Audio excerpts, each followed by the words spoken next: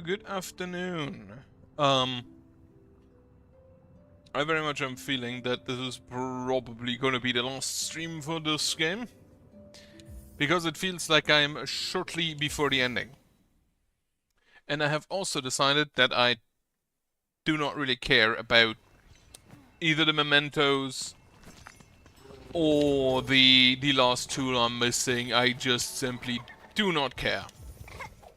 And I have a feeling that some of them are in the Sinner's Road and in the what's it called? Ballwater. But yeah, I will just completely ignore them. I'm gonna go down, sacrifice some hearts, and go down.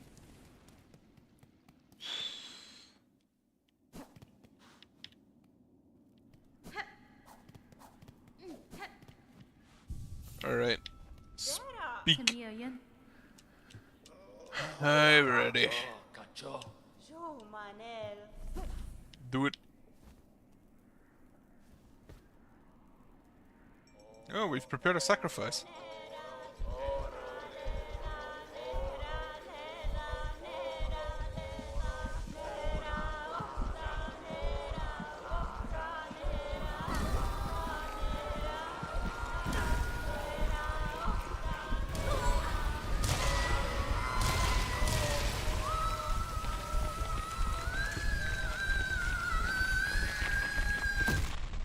Hello.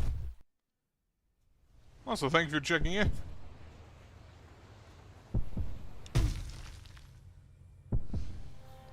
Red memory.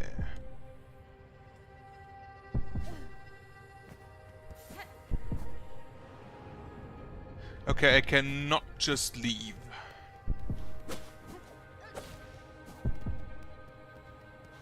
I wonder, is this the memory of the Ant Queen or the memory of Hornet? Oh yeah, in that case, do immediately check out, because I'm probably very close to ending, and this is definitely spoiler territory. But have fun playing the game as well. Nothing over there.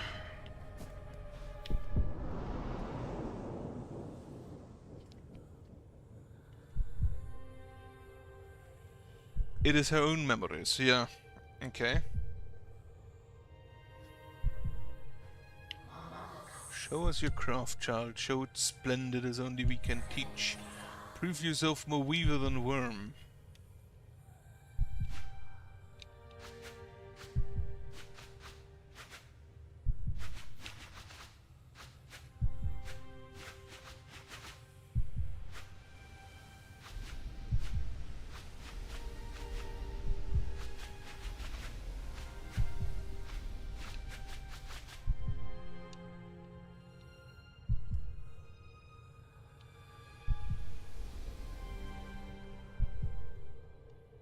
Handcrafted her cloak.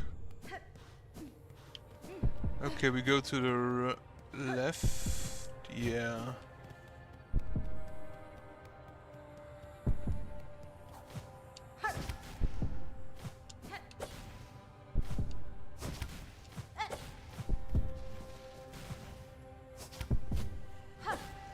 I mean, yeah, probably designed with that in mind.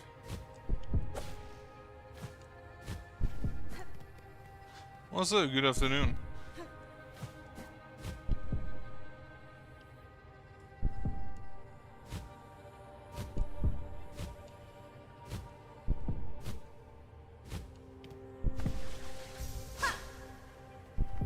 Okay, no going up.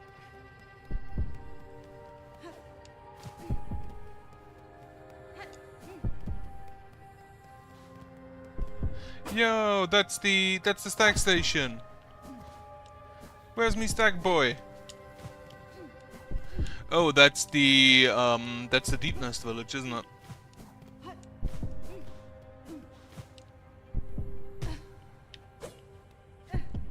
Yeah, that's the Deep Nest village. That the ghost then went and wiped out because they ambushed him.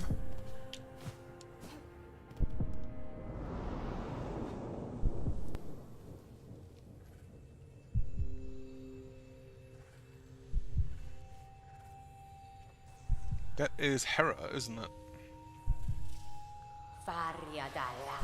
Ignore them, daughter. Their whispers. Greater, grander, weaver, guardian, queen. Those are their desires, not your own. Certainly not mine. Only if you resist them, you might see it. Another hope beyond. But recall these words in time so far. Will you even remember me, child? Could you? A mother before a mask, before lay forever in duty.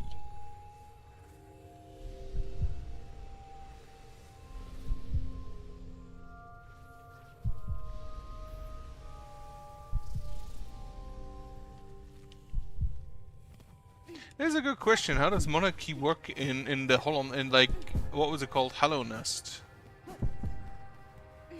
Is the monarchy inherited? How did the Pale King become the Pale King? Except I believe he was like the son of a god, if I recall correctly. And that is always kind of a good claim to make.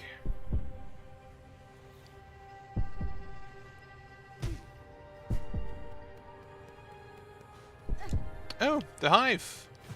Oh, is this where she got her blade from? I remember her talking about that. And then the Hollow Knight came and wiped them out as well.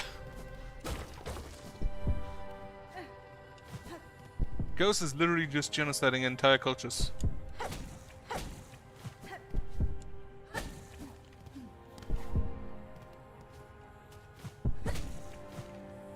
The stag station, yeah, I had hoped he would be, or a stag.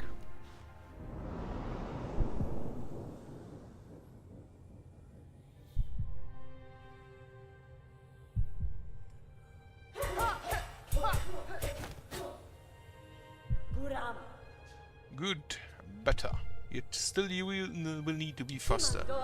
In time they will come for you, those who fear your nature and those seeking to claim it. To survive our world you must learn to sting, swift and sudden.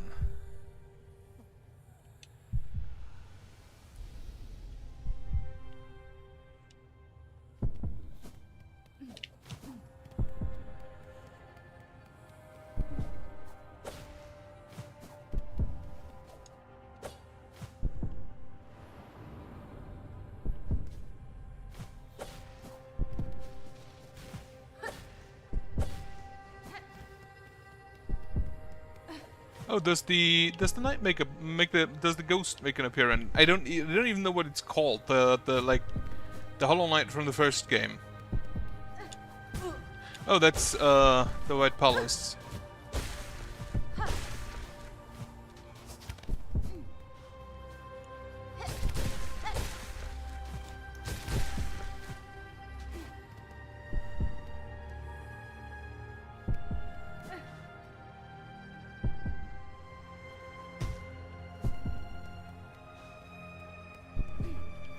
I honestly had assumed that Hornet knew about the Citadel.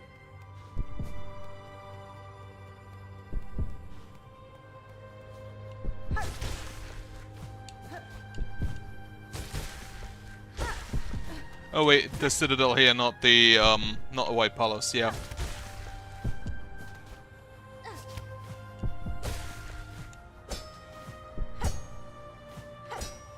Fuck the wall climbing.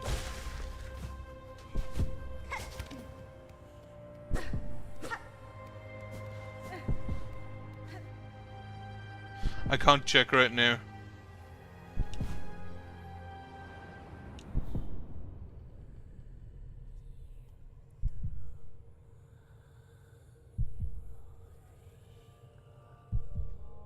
That's...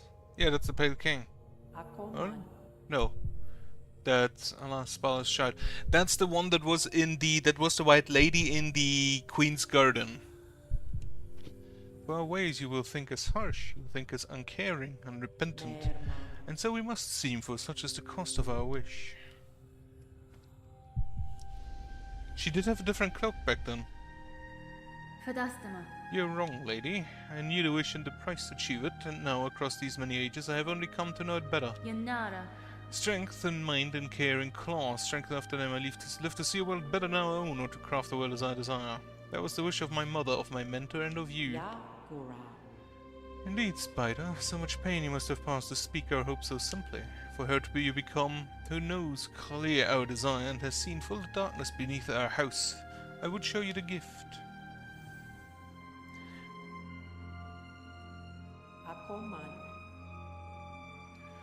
Witness the first light, the only means we possess to resist the void with which our families forever linked, the radiance here.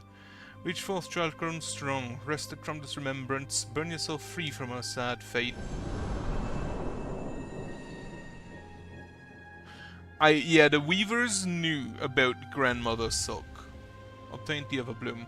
And I very much assume Hera, her mother, as a weaver, also knew about Grandmother Silk. Fragile flower taken from a deep and distant memory, and its pale light wars against the void. However, you are special because you have like a natural born power, as Hornet has in this case with the silk fused with soul. That is a very, very much known trope in stories in general. Actually, one that I don't really like all that much, unless it's explored with the family itself. If a real flower plucked from a deep and distant memory glows with soft pale light that woods against the void.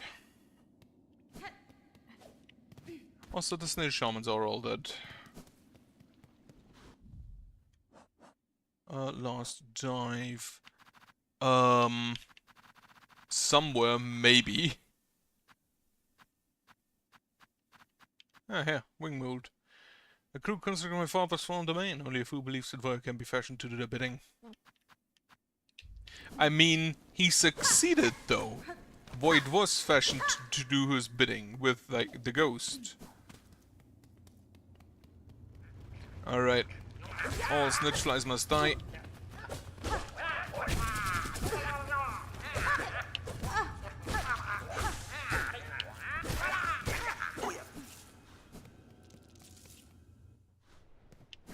And I think I'm just gonna fast travel to Deep Docks to get to the bell.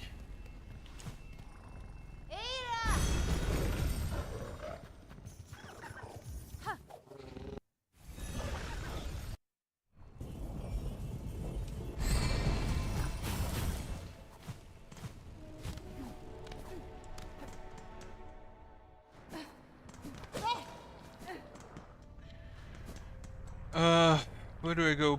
Yeah, I'm just gonna go down.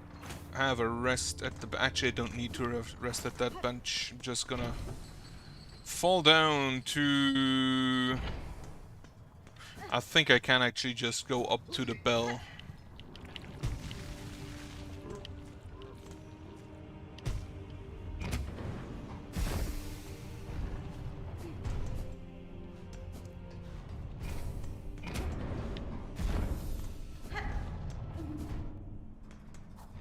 Alright, I'll have to see.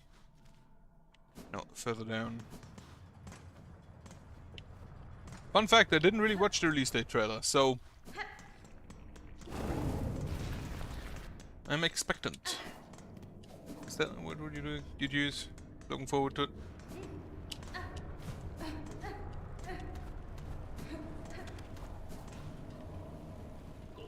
It's done, miss. Fitted shell field. Smells like new. Better new, even.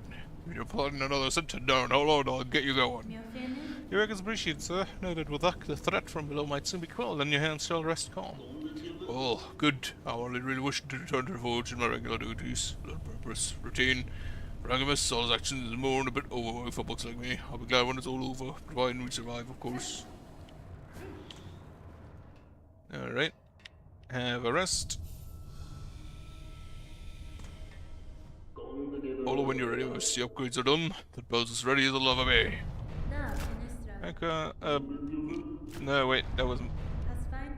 Too hard.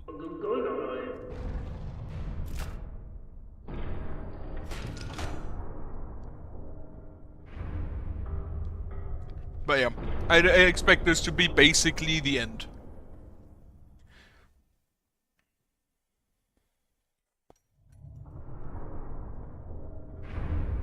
And that there isn't really all that much after it.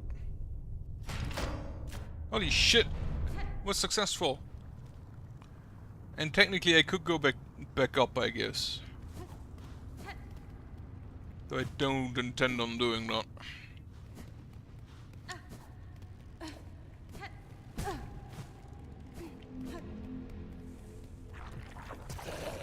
I hate these things. Just gonna ignore them.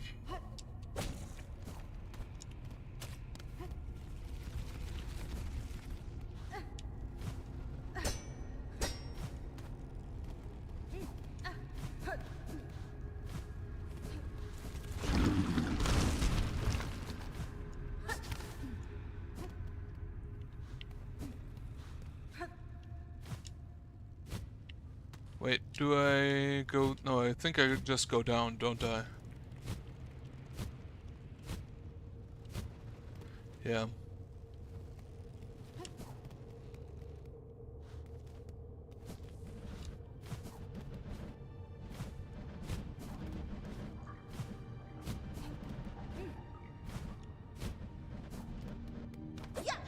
Alright, last bench. I think I'm just gonna stick with this setup.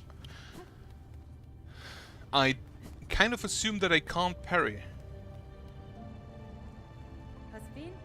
Child, I hold the means to descend. Let us meet no final time and call this black ruin of our making. Who are you hoping you'll find down there, Spider? An ailing child and a silk-starved beast? So I'm afraid we may sorely disappoint. What waits below is me no longer. Even if only your shadow remains, to release your mother's script, my blade would see it slain. And behold, even this moment, surely terror hasn't suddenly claimed your hunter. Take the final plunge, Spider, join us in my drowning powers, and let oblivion swallow us all.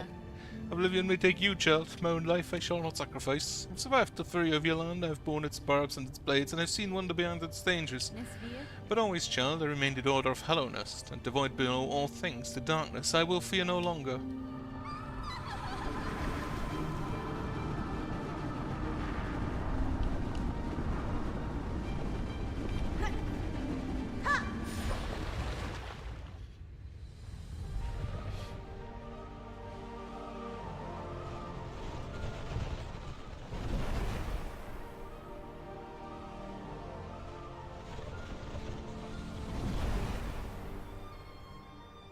This is, I assume, the power of the worm of the king. To resist the void, while the silk is from the weavers, yeah. Do love me some violence.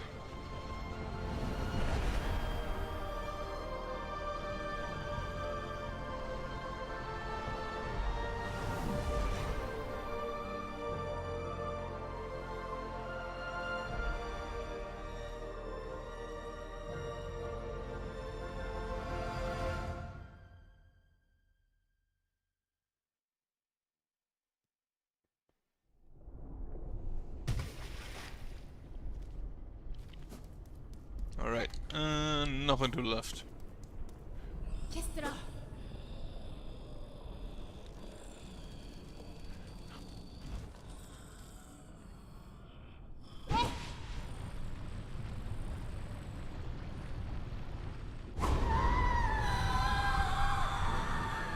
Lost lace, okay. So we'll just have this fight 3 times. And she now also has void powers.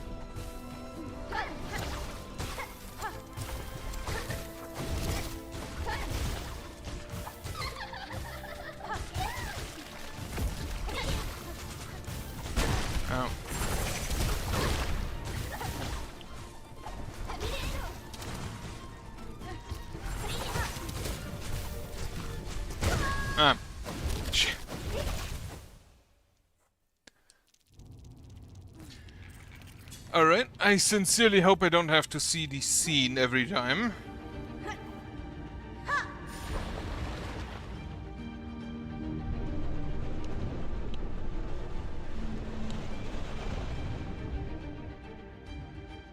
Okay, it's curtailed. Wonderful. And she immediately comes in. Good.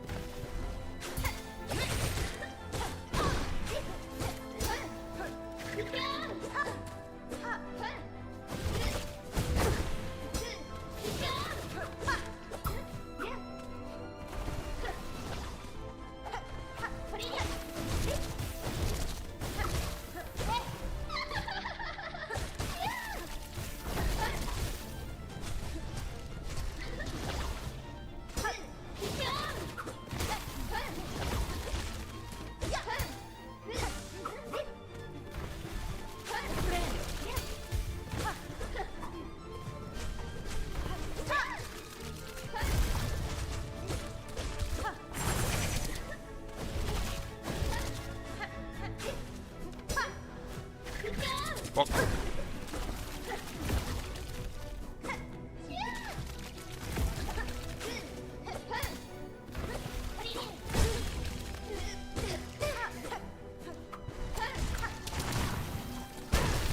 That's an annoying attack when I'm...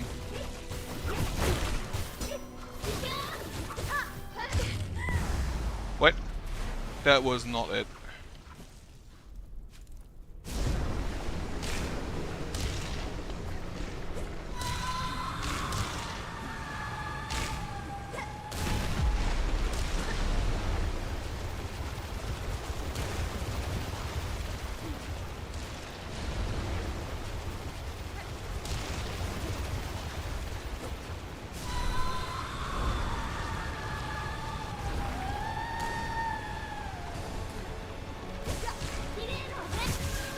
Yeah, I thought it wasn't it. Okay.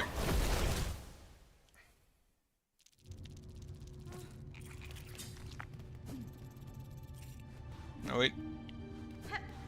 1, 2, 3, 4. Let's see if they survive the void.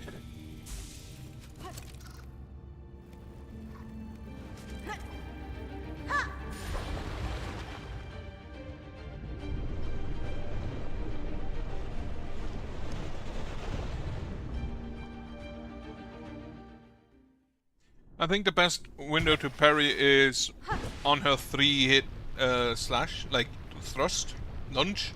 I think lunge is the correct word. Dodge the first two.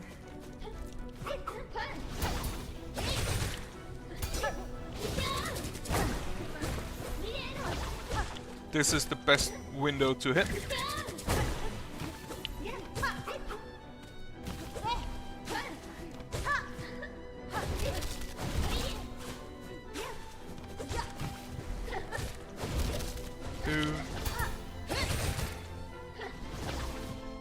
That's a good window to hit her.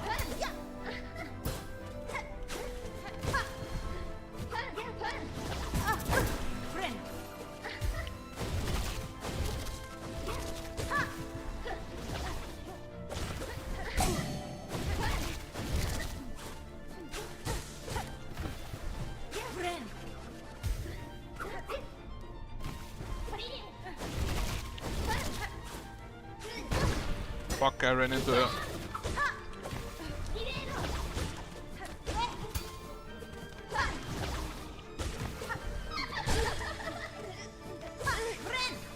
Have a quick heal. Ow. I forgot she has that.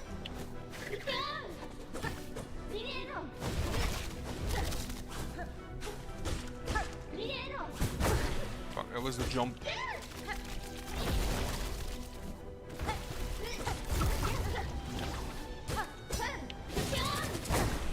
I need to jump that. I need to jump that parry.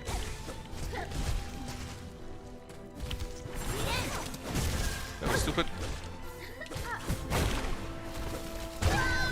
Alright, that one wasn't that good. Yeah, that was you can't just jump over it, over the parry if I saw correctly. And also, if I saw correctly, the bugs do not survive the void.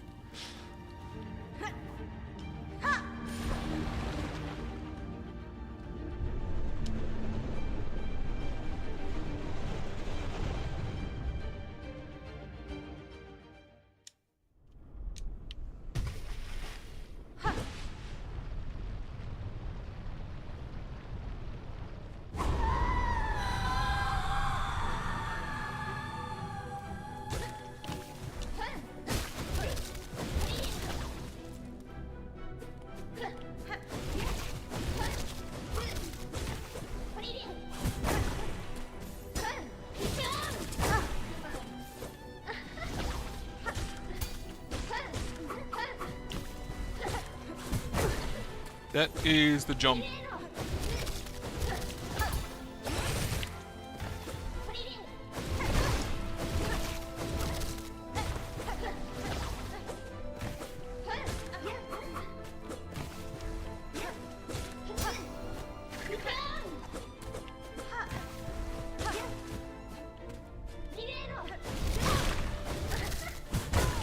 Alright, that was a bullshit hitbox. I jumped the exact same height as every other time, but this time I got hot. This time I got hit.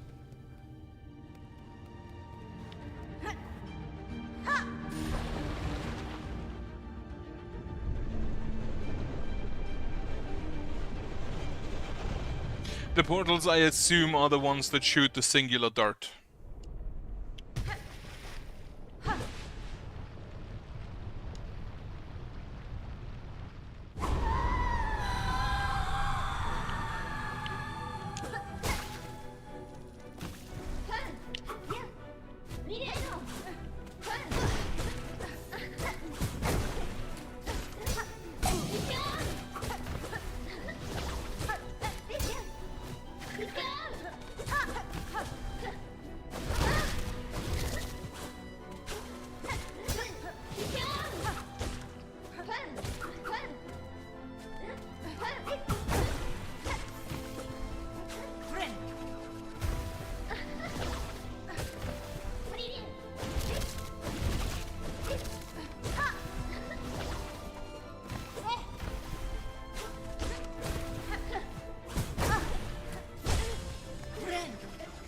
Quick out.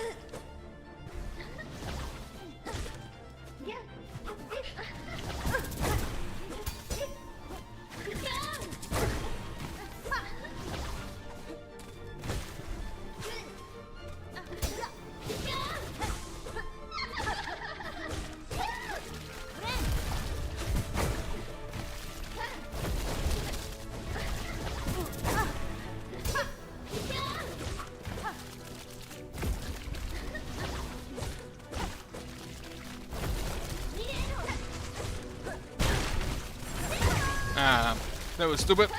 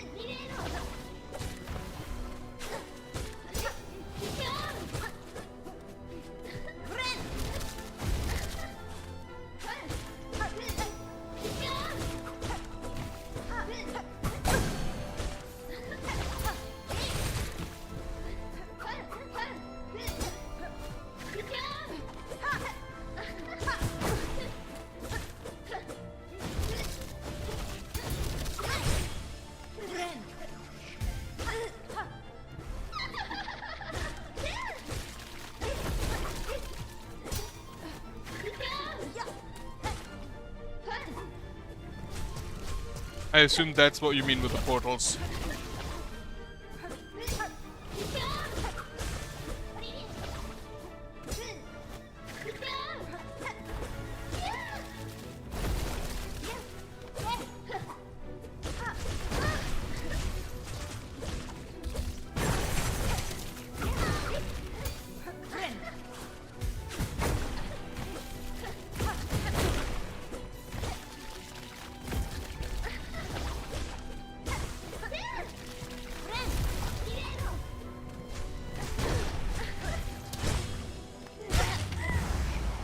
Unfortunately, I have a feeling that that's not gonna be a good third phase.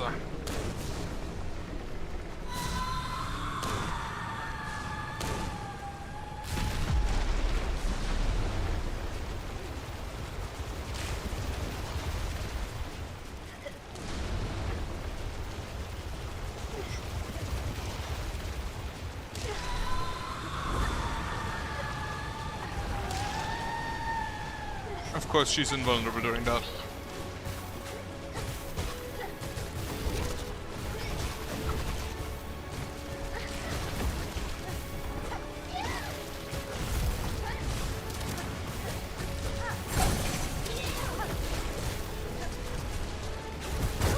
Fuck.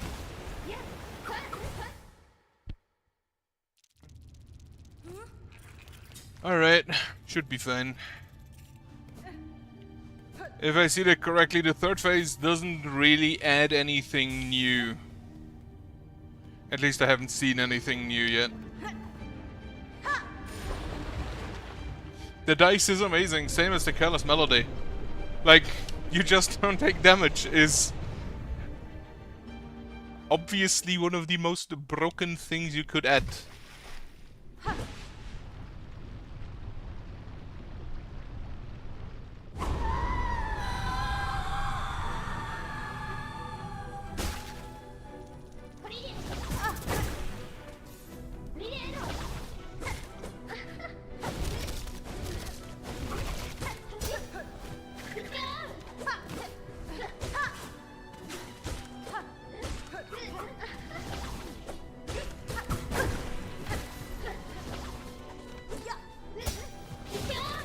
Fuck, I jumped into that.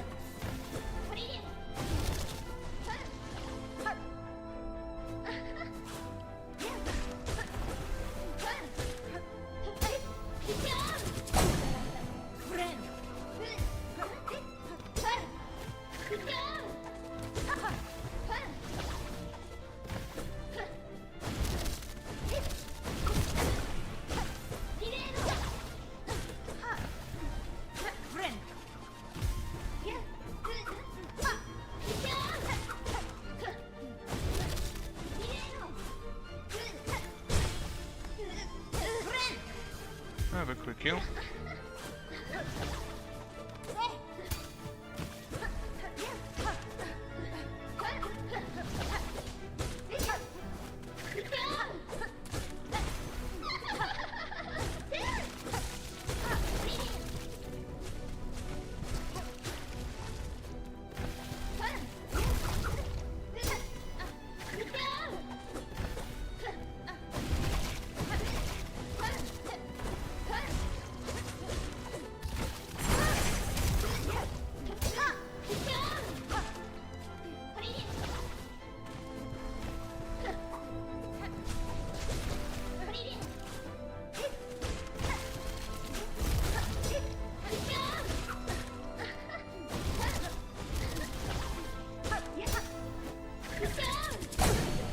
Dodged into that like an idiot.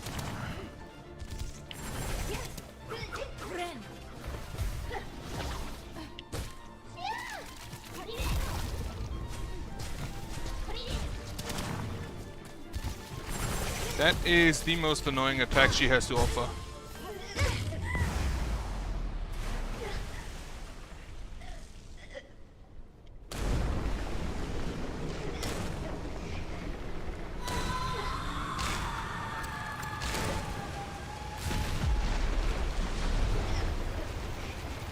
For the yellow ones, yeah, there really aren't that many good combat ones.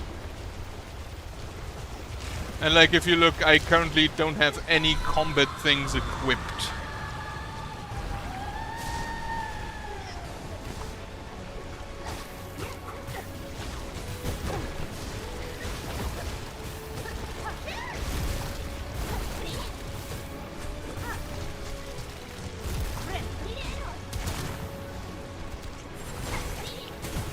That was the up jump one.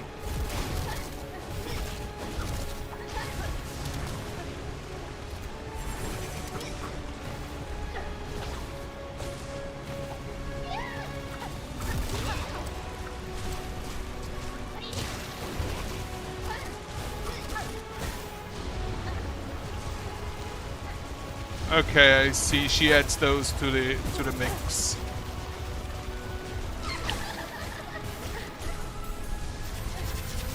And that.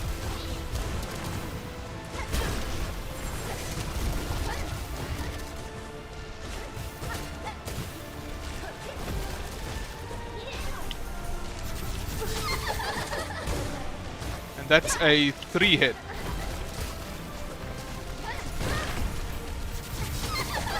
Alright, those are kind of annoying.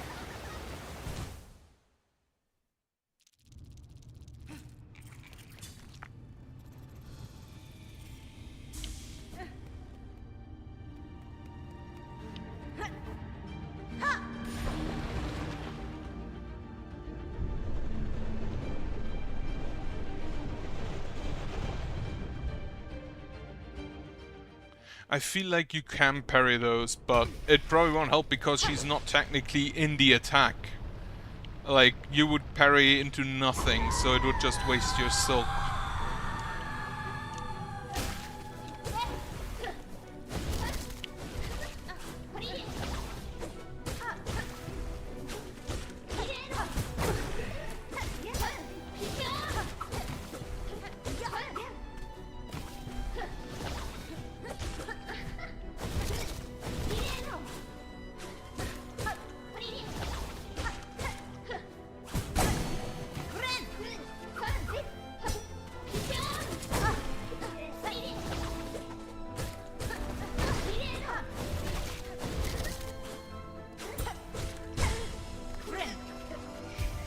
Quick heal.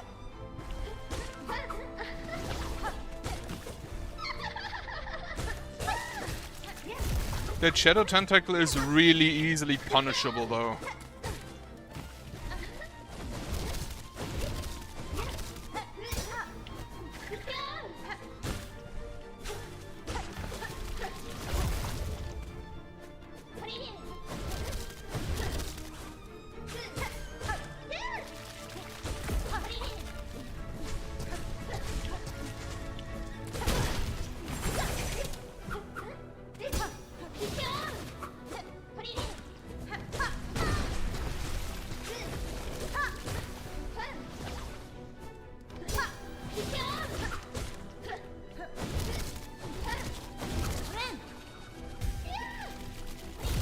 Those void attacks are definitely the most annoying ones.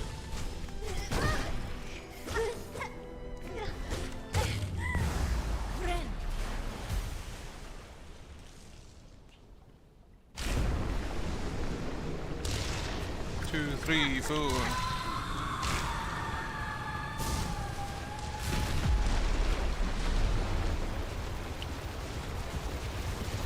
Like, I can see she definitely has like 2 or 3 really annoying attacks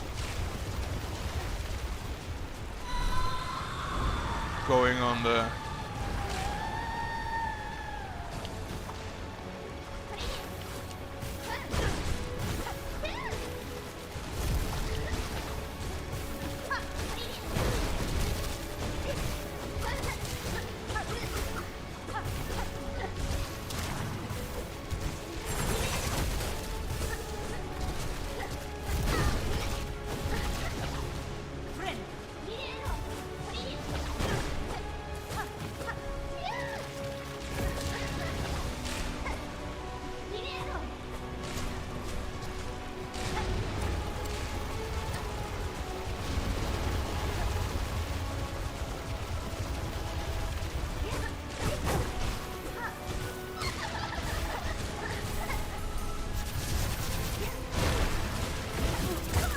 Oh, and she comes out and then hits with the shadow. Okay.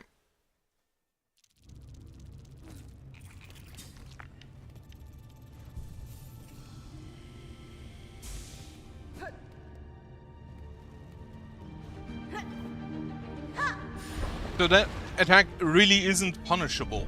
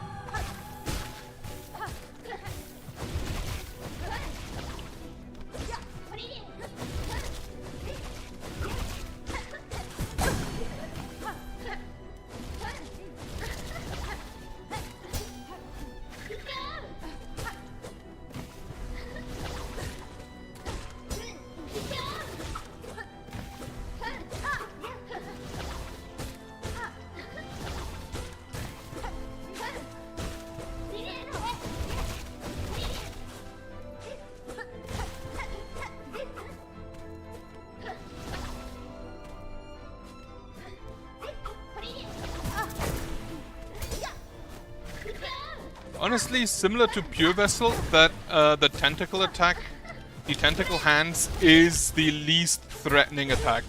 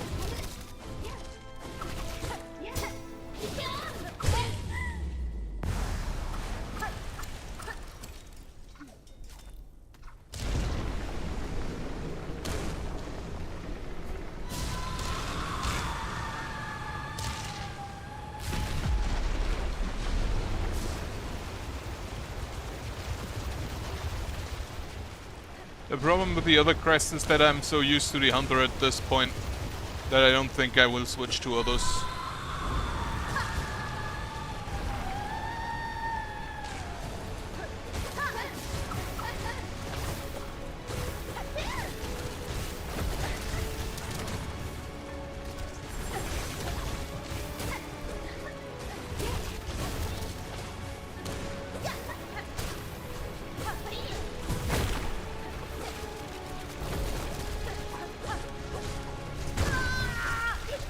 She jumped to me.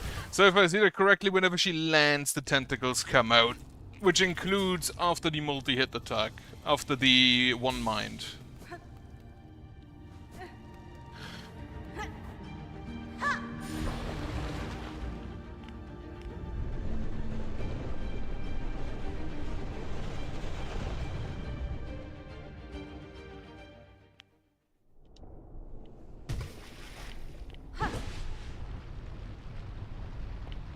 I should honestly just parry more.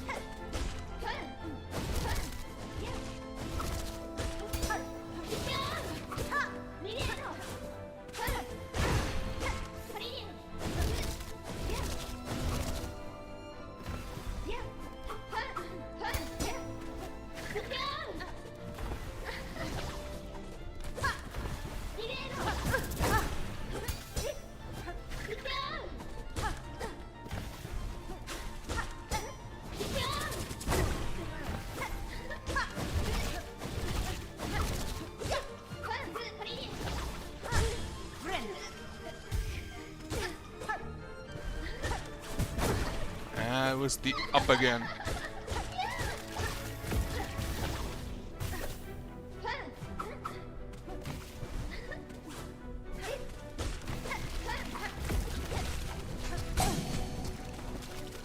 Thank you, dice.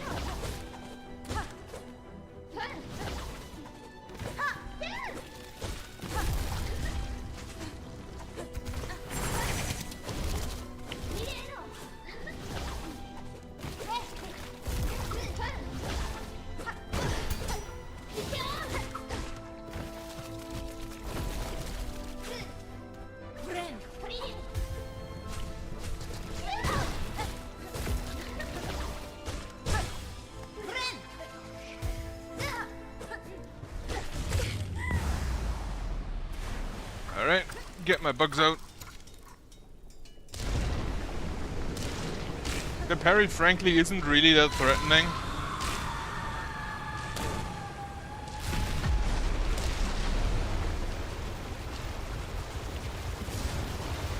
That attack is annoying because you just...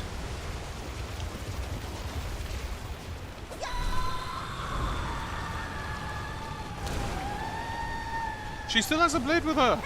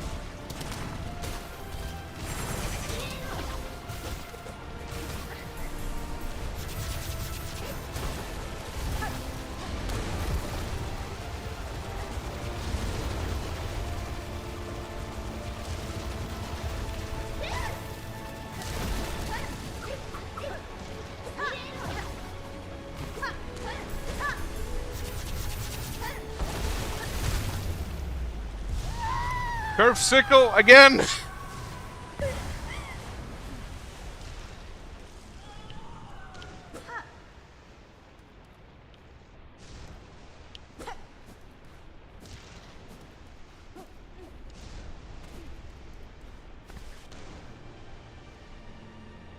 Curve sickle saving the day once again! Sure, bring her along.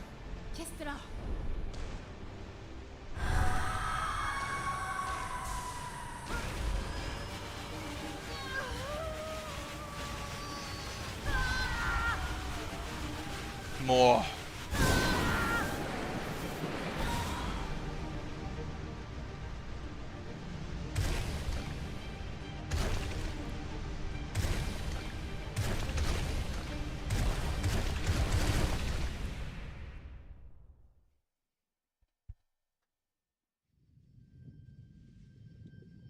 Hello.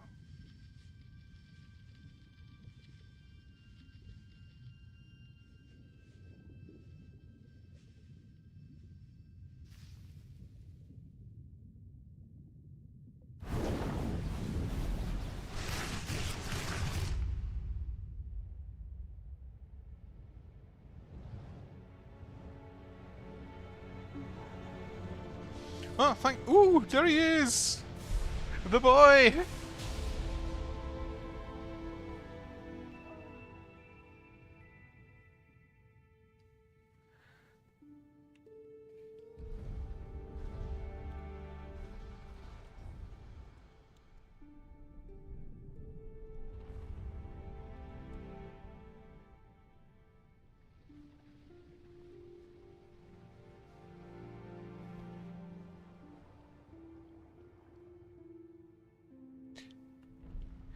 I honestly assumed Godhome would be canon because it gives you it gives you a true ending.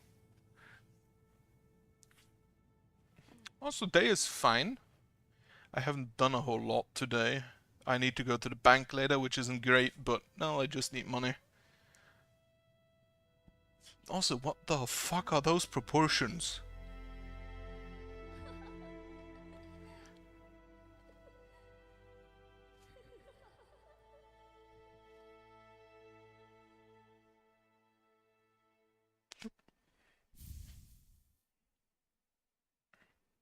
Defeat last place and free Farloom. Wonderful. Yeah, that's the very top. I do hope Pure Vessel was awesome. Like the Pale King sounds like an amazing dude. From what I've seen.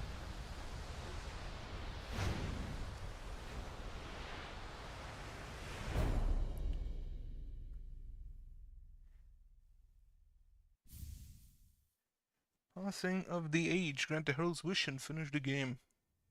Sure. I assume there's gonna be a post-credit scene, but I wouldn't skip anyway, so that means I can talk about it. And Silksong continues a trend that other games of this genre have already started, namely Blasphemous 2 and Ender Magnolia, which, similar to Silksong 2, I really do not like as much as their predecessor.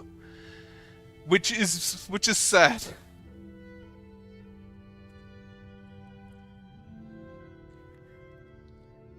And I feel like, boss design-wise, they kind of regressed over the... at least the later bosses in Hollow Knight and in the DLCs for Hollow Knight. It feels like a regression.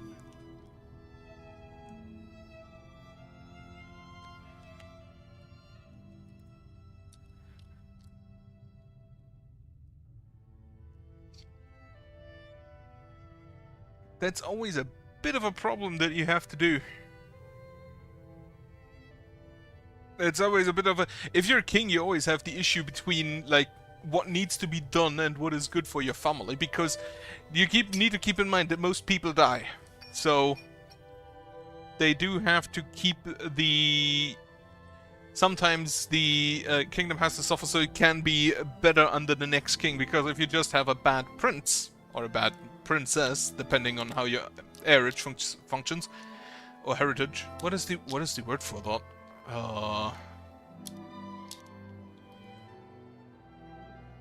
I don't remember what the word for that is in the monarchy. Like, it's your heir, whether or not it's a princess or prince. Needs to be good, needs to be taught well. Otherwise, they are probably just kind of a dick when they become king.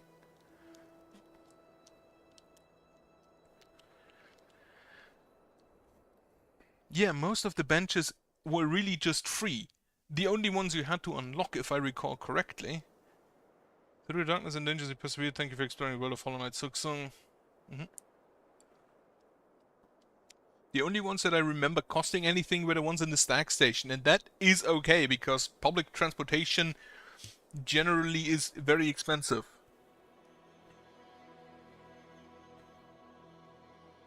To be fair, those only show up in a factory, which is very Henry Ford of them, but it's not everywhere. All right, let me just make sure there's no other switcheroo. No. So I can do that again. I have no intention to. Right, quit the menu. That was a lot faster than I assumed it would. I assume there is DLC gonna come out for the game, at which point I may try again. Oh, I see there's the pin next to the needle now. Very nice. Also, I'm pretty sure you've already seen them, but we have the normal Silksong, Citadel, Cradle, Abyss, and the Surface. I think... among these, I think I like the Citadel one the most.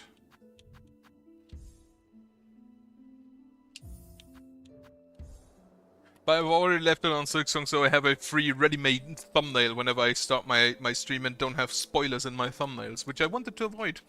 And I think I need to. I think I want to continue that practice for other games I play, for other games I start, because I honestly can't be fucked to go back. And for things like Monster Train, it really doesn't matter. Yeah. I think. Okay. So thoughts. I have not acquired all tools, because I couldn't be fucked for the last tool. The Hunter's Memento, which I assume I have to fill out the entire codex for that, and that's absolutely not. Pretty ambitious. Well, that's not bad. I'm gonna go boss fights. A secret achievement. Well, I don't have that. Didn't the speedrun ends these other sieges, since I will not do that. So boss-wise, when I just go from the achievements here, most of the major bosses are achievements. Let's judge not all of them. Yo, what? Wait. Ah, they're Lost Gaumont. Okay. Good. But yeah, I honestly think that Hollow Knight is a better game than Silksong. Which again is sad, because similarly I think Blasphemous is better than Blasphemous 2, and I think Ender Lilies is better than Ender Magnolia, which is the second one. So one really big issue I have with the bosses here, and with one specific boss, or rather specifically Lace. She's the final boss, but you fight her 3 times, and all of the moves she gets in her final phase have been seen before, except for one. And that is really disappointing. Because it's like I have literally seen everything the boss can do before I even entered the arena. And that should not be a thing. That should not happen. So honestly, massively disappointed with that final boss. Massively disappointed. The Hollow Knight was wholly unique from design and movement to any other thing in the game. And Lace, the final boss, is not. And that should not be the case. Which, that immediately...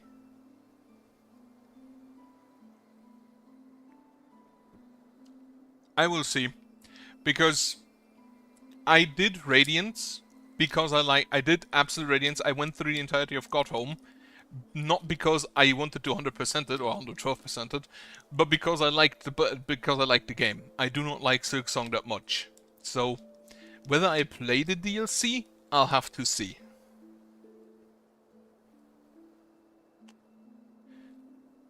Boss-wise, I'm actually, are the bosses in order in the codex?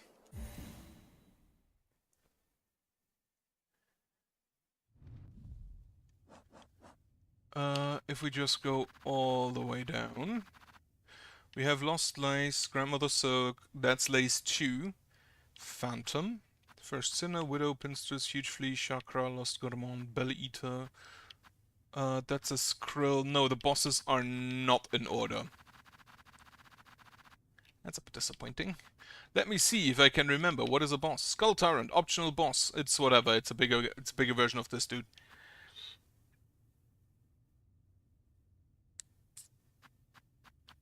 You mean the new DLC? Possible. This dude honestly was more of a problem than most bosses. Where are the bosses? Where's the Bell Beast? Yeah, but I'm just looking for the Bell Beast right now and I can't find it. Like, the Bell Beast should be in the Marrow area, but it isn't. And this is Moss Home.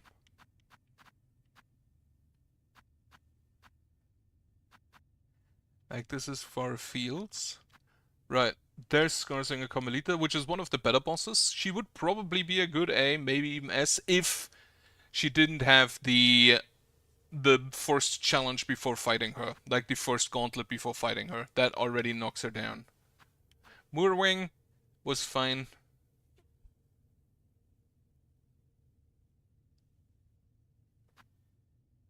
This guy was whatever. Gimmick boss. I honestly kind of like the Crawfather. While he did have a lot of ads, it more felt like the ads were the boss. Uh, optional boss, mostly fine. Like this is honestly an ad fight done right because the boss itself isn't too threatening, so the ads aren't a real problem. Growl the Great, fuck Growl the Great. Uh, like some of the shit. He also had a first gauntlet before him, but even worse because the first gauntlet had enemies that just floated outside your range and then left before you could get close to hit them and just hide. Absolute disgusting. Absolutely disgusting. Sister Splinter was good. I think I kind of liked her fight. She was easy, but Nyleth should not have been a boss. This guy should have been the boss for the heart, not her. She should not have been a boss. She should have been like a dreamer in the first one. On the other hand, as a boss, she was rather unique comparatively. While this dude is basically Lace. Like he is basically similar. He's very similar to Lace with a bit of a different moveset. Um, I would have preferred if he was harder, and then she just wasn't a boss. What else do we have? The Sand Carvers. The Last Judge. Honestly, great boss. I liked her fight. She had like 4 different moves with a bit of switch up. Wait, she had the toss, the jump, the dash, and the swing. Yeah, for maybe 5 different moves. I like that the second phase actually added additional stuff for her normal attacks instead of adding more attacks. So she is probably one of the better bosses I feel like in the game.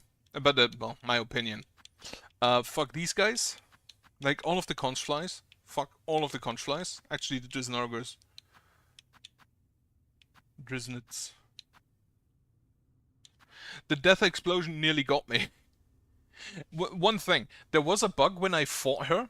When you stand in front of the gate, for some reason my controllers just stopped working until it restarted the game. And I do not know why. Otherwise, honestly, great boss. Then here we have the Sands of Karak ones. I did like the tower thing that they had going on with the 3 rooms. And I really honestly like the Crust King Khan. Like, among all of the ones I remember, and if a boss is forgettable, that is the biggest sin a boss can commit. From all the bosses I remember, I think I liked him the most. Because he was, again, wholly unique in how he plays.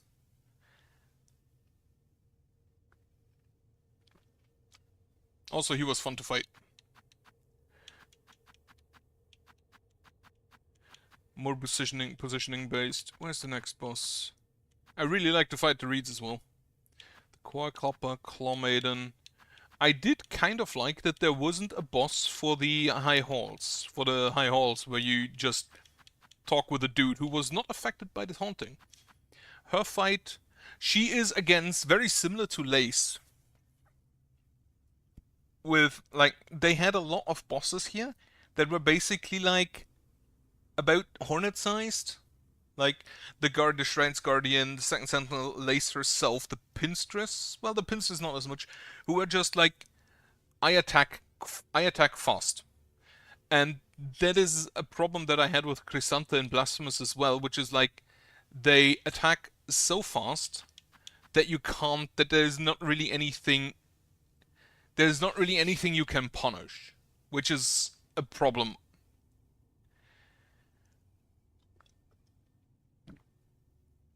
But I liked her fight. I assume they were more programmed and not really trained, more like programmed. But I did like her fight. Probably one of the top 5. This guy is forgettable, unfortunately. If I recall correctly, he just threw shit at you and then ran at you, which he wasn't too hard. Then the cogwork dances were the cogwork dances were a good fight. Yeah, a computer is also extremely intelligent, but he doesn't learn. He's just programmed. Trobio. Tormented Trobio. So here again, this kind of feels like a Grim Nightmare King Grim scenario where they were just like it worked really well in Hollow Knight with Grim and Nightmare King Grim. But I feel like here kind of fell it flat because Nightmare King Grim actually was an active participant in getting stronger and Trobio wasn't. He's just background.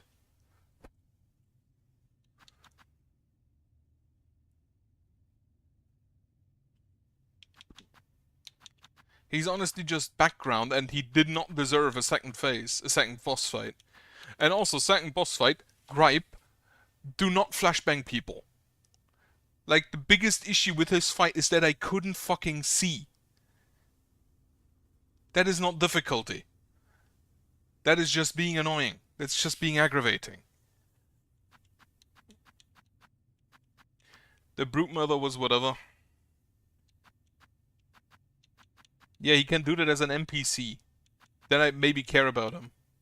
This boss really annoyed me as well.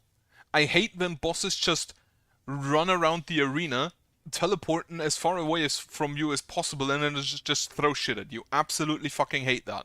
And this boss was the just incarnation of that.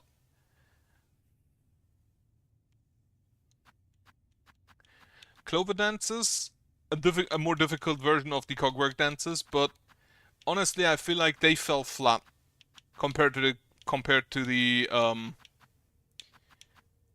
cogwork dances themselves.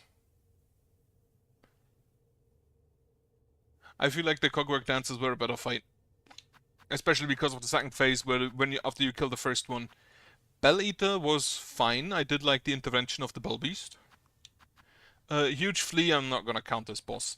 Chakra had a similar issue where she just teleports around everywhere and then throws shit at you, and the second you can react and hit her, she teleports away. Which does not feel good, is not fun as a boss fight. That's just not fun. Garmond was great.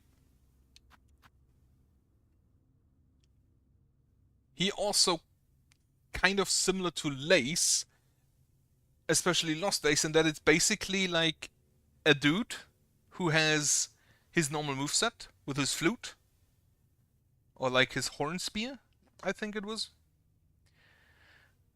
and added empowered versions of the void attacks. I liked Garmond. The Pinstress, again, issue just floating around your range so you can never hit her until she's ready to hit you, and then when you dodge or block or parry, then she just leaves again and you can't hit her again. Honestly, I feel like the bugs are a necessity because some of the bosses are just not designed to be actually fought.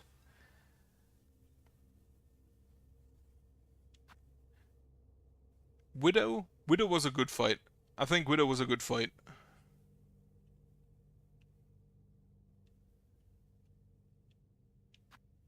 First Sinner was okay. I honestly don't remember much of a boss fight, which again is a big no-no for boss fights. Because your bosses shouldn't be forgettable. Phantom? Phantom was okay. She also teleported away, but she generally left you enough time to hit her once or twice before she teleported away again.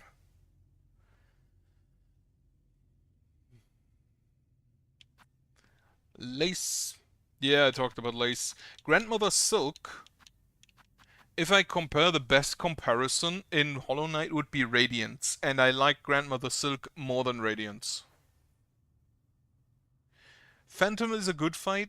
Again, she's fast. She's basically again Lace, like more like the first one, more like first Lace. But she gives windows to punish, which is important that you can actually hit people, that you can actually hit the enemy bosses without having to abuse specific tools. And it's also a better flow when you can actually hit people. Again, yeah, Grandmother Silk, I liked. I liked her a lot more than Radiance, even though she has a lot of similarities with Radiance.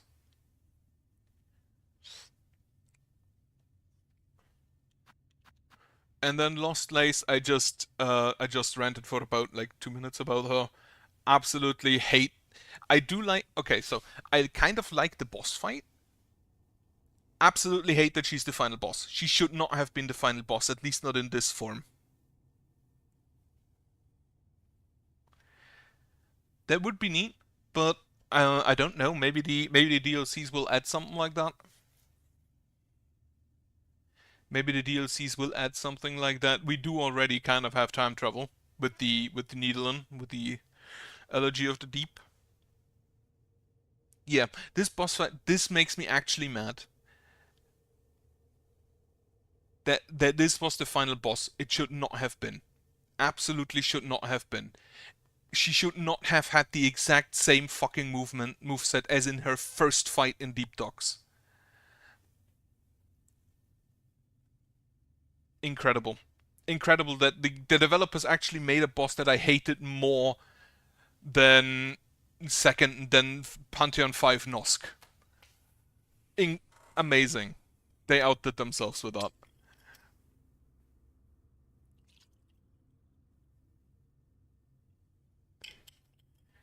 I do not understand. I understand it's for story purposes, but then at least come on, design a new moveset. Have her like use the shadow tendrils to throw a pin forward or something like that. But no, she has the exact same fucking moveset as Lace 1 in Deep Docks, but with empowered shadow attacks added onto it. Honestly, garbage design.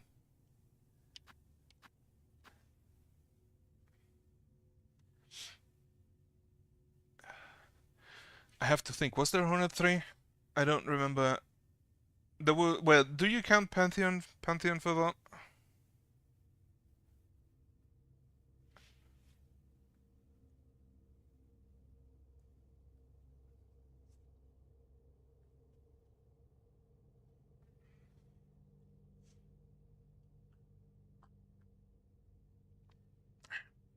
But there was no boss like Hornet.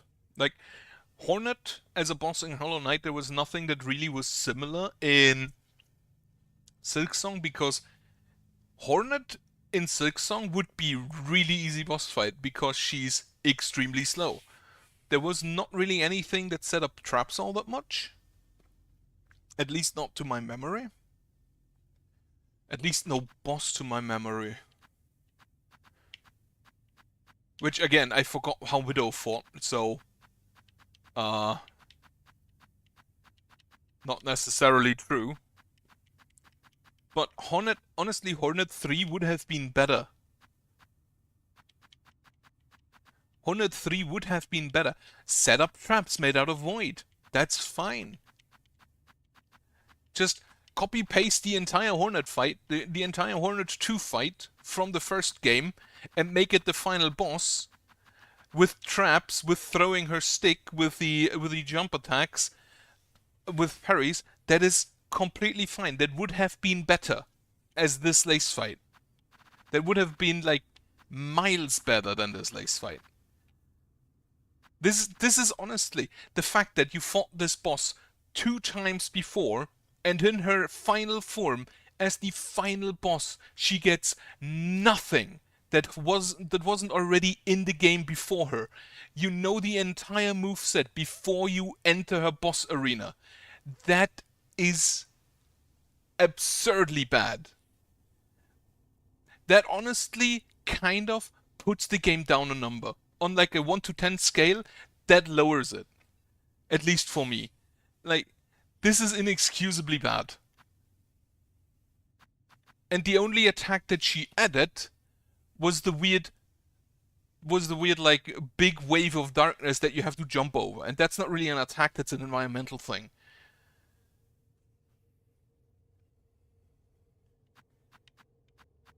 Absolutely disgusting. And again, bunch of bosses I didn't really like. Like, if you... Pinstress, Chakra, why are they just out of your range at all times, except when they come in to hit you, which you can't counter, except you have to parry? Or if you just abuse the bugs. The dances, the clockwork dances, great boss fight, very unique. Prefer that 100 times to Lace Variation number 4. Which is just dude with pin. With a charge, a lunge, a jump in the air and then dash down. Which all of them had. In different, like there were very minor variations, but I just realized her pin is enormous, comparatively.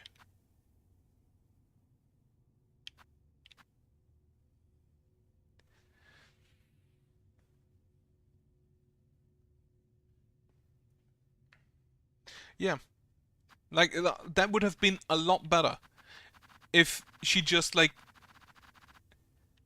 Khan used the Devoid battlefield to her advantage, but she didn't. This feels really lazy, and I honestly do not care for it. But yeah, Second Sentinel as well is also, you have a dash, you have a jump up and then down. Oh yeah, that makes sense. Oh, I remember, the long pin is a tool you can have, isn't it? Yeah, that's the one the hunters in the shell would use.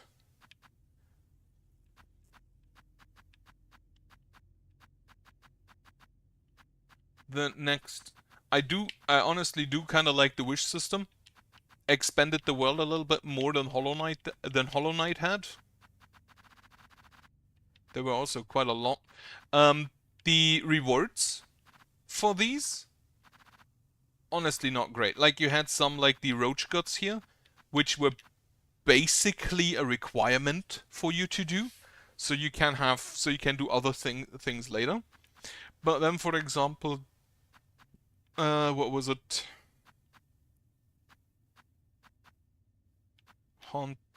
Grand Hunt, no.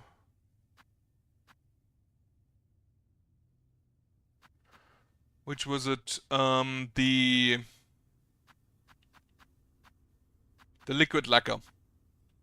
That one annoyed me, because you go from Belhart to the mountain without far travel, one of the longest ways you can take, and you can get hit twice. If you get hit twice, you immediately lose your lacquer, and you have to start from the beginning. And as a result, you get 650 rosaries. At that point, I had 3,000 rosaries, and I couldn't buy anything. Why do I care about the rosaries? They're nothing. That should have been a tool. That should have been honestly, it should have been a mask piece. I did kind of like the Silk Eater dude. That was nice. There were a lot more characters, because you actually had your own character that they could talk to, instead of just literally talking to a sentient piece of nothing. Which, the sentient piece of nothing was funny, but it's probably not the greatest conversationalist.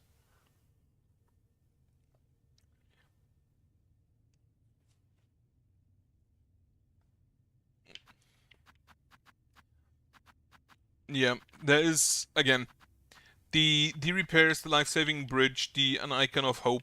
That's kind of neat. I also do like that they just completely wiped out that settlement in the third act. And also, one of the best things, after you beat the second act Grandmother Silk with the trap set, that it just sends you to the credits, and then you have to restart to get actually to the third act. That is a great thing. That was great.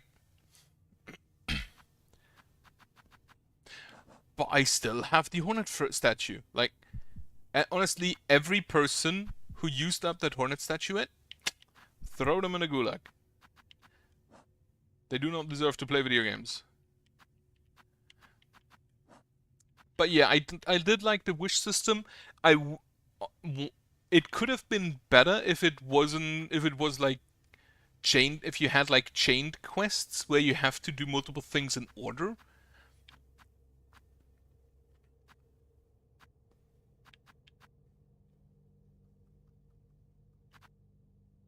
And also the Rite of the Polyp and the Rite of the Rebirth, I probably would never have found if someone didn't tell me. I would probably have never found that. Same with the Wisp Thicket, I would never have found that unless I looked it up. Which, again, you have characters you can talk to in the game.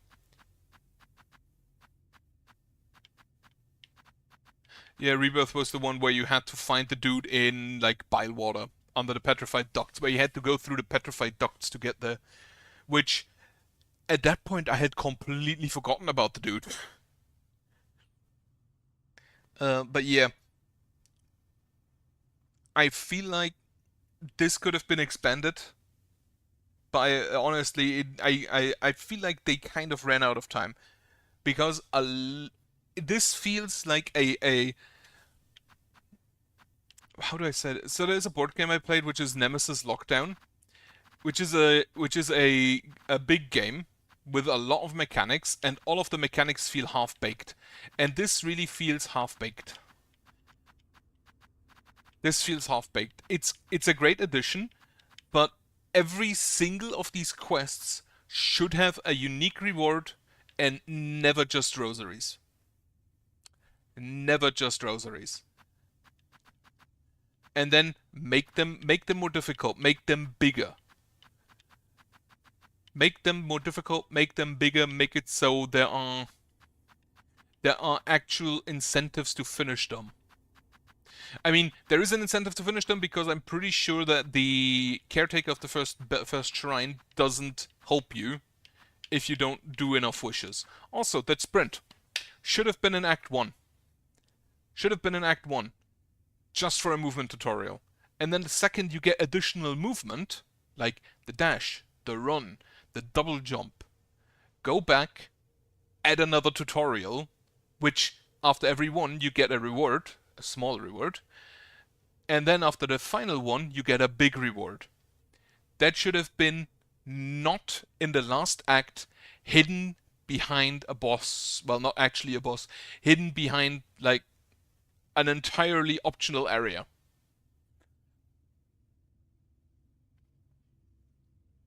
That is one complaint I would actually bring to them. Probably the only complaint, because bosses and like most of that is taste, was a question of taste, but this honestly could have been a great movement tutorial, could have been a great reason to just go back to Bone Bottom and do that again. But I feel like it feels like they just ran out of space in Bone Bottom and the Marrow. Bugs of Farloom, sure, that's all fine. The hunt, the Grand Hunt was a boss fight, and Hunt was a fetch quest, and then Gather was a fetch quest, yeah. The deliveries were a nice little thing. I just realized I never did like two of them. I never did Songclave and Fleahaven. Then the enemies, most of the enemies are fine. Most of them are fine. Not good, but fine.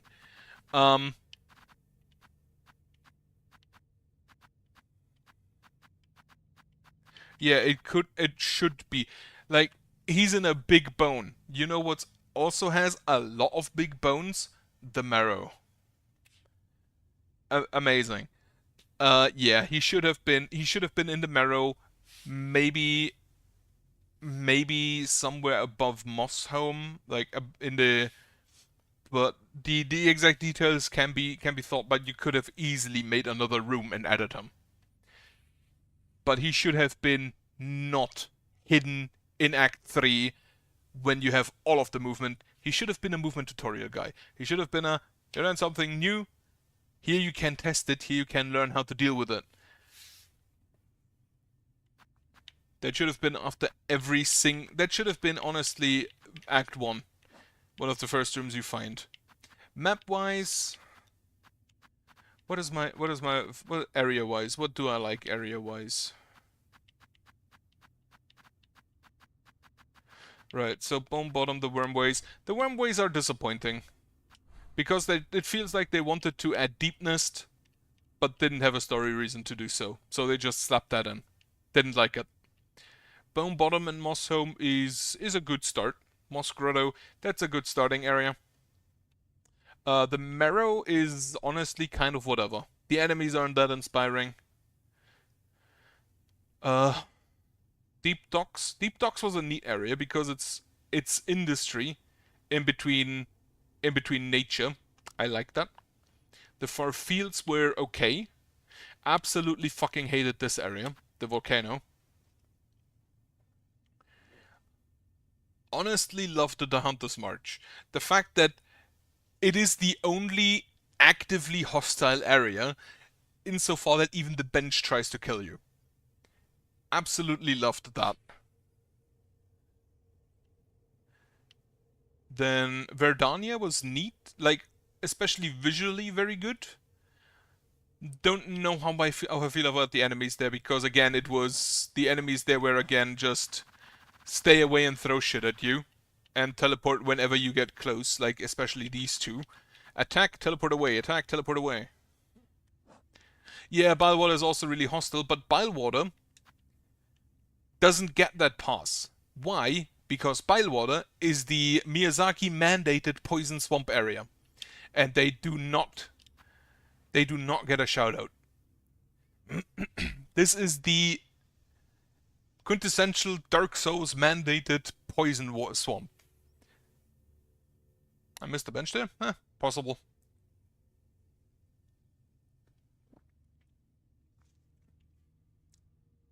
Now, next area. Greymoor, I liked. It's a bit weird because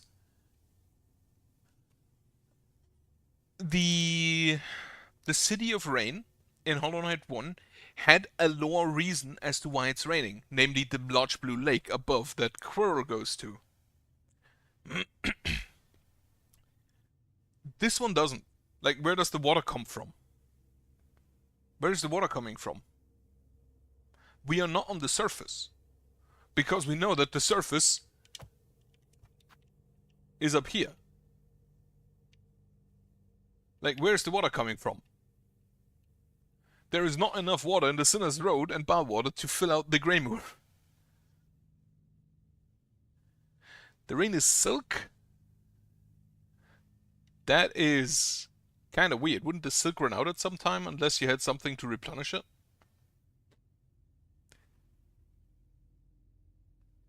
Okay, but that explains that at least. I did kind of like the crawbirds, even though they are, again, quintessential stay away, just fly away whenever you get close, but they at least came down to attack you and had windows. Sinner's Row can go fuck itself, same with Bywater. The Mist was a neat little area, which was a good version of a magic forest, I feel. That was neat. That was honestly an acceptable magic forest.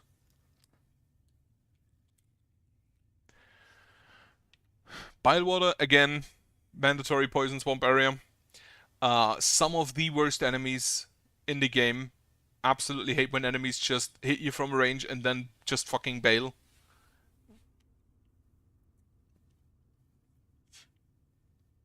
Wisp Thicket. They honestly could have done a lot more with. Like, there were two, actually, it was like one type of enemy. I don't count the wisps because you can't attack them. There was like one type of enemy who just immediately killed themselves when you killed their cult father. Belhart was a good little in between the big citadel and the bone bottom. It was made up as a halfway point, and it is, I think, pretty much halfway. Like, that's 4, and then it's like 2, but 2 harder ones. Yeah, I know. That's also the putrefied ducts. The citadel, they just slapped that on top and then tossed all of their water down their sewage. I know. Doesn't make the area any better, especially this part. Absolutely fuck this part. No, wait. Yeah, no. No, was it this part? There was one part where there were like crocodiles in the water that just jumped up, the roach bug, the weird roachadiles. No, this is where Chakra's boss teacher died. That's fine, that's good. Yep. Fleetopia and then her master directly beneath Fleetopia, which explains why there is also still clean. I liked the exhaust organ. I liked because I'm gonna go first with the Shellwood. The Shellwood was fine. Um, the enemies there were okay. The only one that I have a bit of an issue with is the hunter that hits you. I liked the mist. It's a magic forest, which in most cases the magic forest is really not a challenge. In this, it was, because the ghosts can actually just absolutely fuck you up. I like that. And especially, I also like that after you managed to go through once, you didn't have to go through anymore. Could be that you have to beat Phantom for it, but being done with it, meaning you're done with it, is great. That you don't have to go through Magic Forest again. Blasted Steps was mostly just a platforming challenge. The enemies there... Okay, Blasted Steps gets an F tier because the Drisnets are there and just shoot your stupid nose at you. But the judges were good. The judges were a fun enemy. Yeah, the judges were a fun enemy. Also, Garmont died here. That gives him a point. The Sands of Karak, again, more a platforming challenge than really an area with enemies. But it was a good platforming challenge. The Sands of Karak, I feel like, kind of fulfill the same purpose as the White Palace, as just a challenge to get through. And also, best boss fight in the Sands of Karak.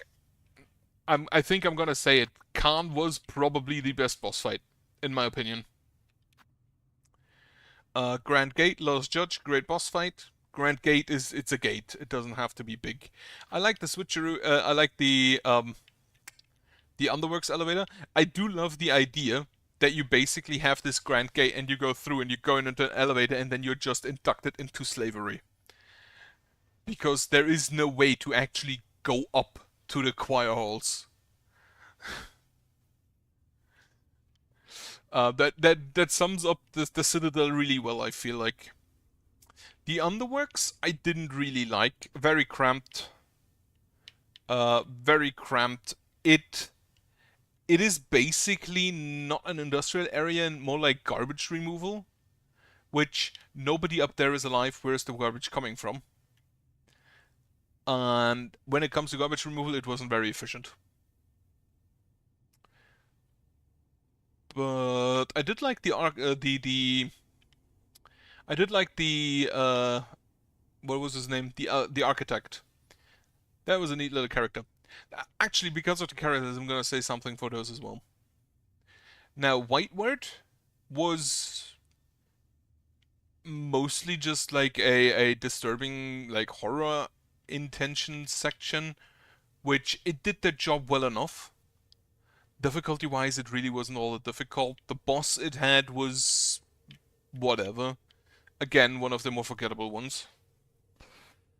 I did like that you can save Sherma here, and that he's absolutely terrified. I also do like Sherma. Then the Coral Chambers. I'm gonna have to say they were there. They did their job perfectly fine. They did their job perfectly fine, but that's about it. That's all I can say about it. The Coral Chambers didn't actually have a boss, did they? No, they didn't. Then Songclave. Songclave is good. I like Songclave. The Slab. So I never actually got caught by the jailer bugs, so I never went through the slab as I think was intended. So I'm gonna not judge this section based off of what I've seen. But from what I've seen, it wasn't that difficult. It is intended to be a prison, and its layout, I think, reflects that very well. So if you look for a prison in a game, this one's doing it well. Like when I came into that, I really thought it's like the High Wall in Blasphemous, where it's just you go past a bunch of prison cells, and you have to unlock them with various keys. That one is perfectly fine, but I'm not gonna judge it fully because I didn't encounter it fully. This mountain, fuck it. I do not like when the ad tries to kill you. I understand that it's a bit of a difficulty, but it was mostly just, is there any enemy in the Are there any enemies in here? I don't think so. I think it's literally just it's literally just a platforming challenge again. It is literally just a platforming challenge.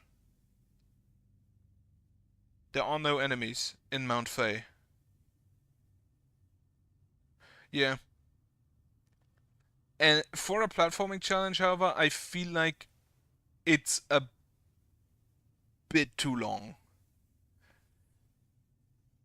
Especially with the I kill you air. Otherwise it was honestly completely fine. The high halls I didn't like. I do not like vertical maps if you cannot fully use the verticality. So that gets a negative from me.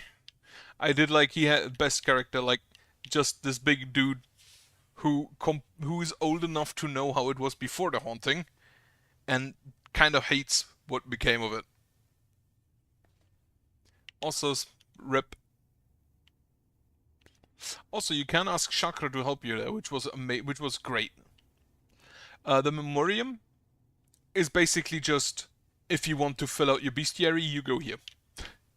That's the Memoriam. Putrefied Ducts. It's fine. It's again mandated poisonous swamp area. Fleetopia completely saves this area though. If you cut off Fleetopia here, then it has some of the most annoying enemies, namely the spitting flies. It has some of the most the most annoying layout. And I also did not like the big dudes who just charged you or jump at you, depending. But then again, it's close to bile water, so poison is kind of expected. Fleetopia, I loved the minigames in Act 3. That was great.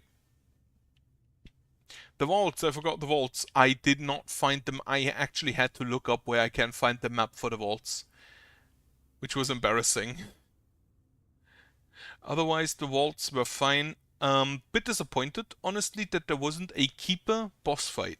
Like a boss fight with that last keeper, and Trobbio was the boss fight, because Trobbio really does not fit the tone of everything around him. Like, why is there a stage next to the vaults? Why? Trobbio does not fit here. He does not fit here. He would have probably fit better like over here, somewhere in the Coral Chambers, which just the people live there, people work there, people are gonna go look at a theater piece. That would have made more sense. Or even down in Belhart, that would have made more sense. The stage being here does not make sense. And it feels like they added that here so they have a boss fight for this area. Which they didn't even need, because the Cogwork Core also didn't have a boss fight, and honestly, the Cogwork Dances I count more for the Coral Chambers, the Citadel proper, instead of the Cog Core. Cog Core, neat area. There were some enemies I didn't like, specifically the dudes with the shield, but otherwise it was a good, again, more of a platforming challenge. The cradle is just preparation for a boss fight, so it does that purpose perfectly well. It contrasts very starkly with the Coral Chambers below, so it fulfills its purpose in that it's basically like the true behind the facade of the Coral Chambers. I think that's all the areas.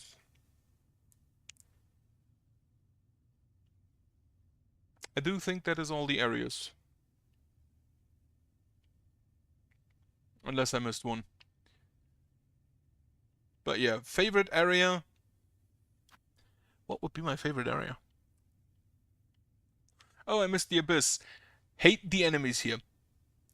The Abyss in Hollow Knight did that a whole lot better, because it was just Abyss Dwellers. It was Void Shadows. It was the ghosts of the dead, similar to what you happen to be when you die. And that made sense. It's nothing. It's void. There shouldn't anything be living down there. And I do not like that they added things that live down there. Do not like that. If this area was completely empty, it would have been better. Not because the enemies are difficult, but because they shouldn't be there.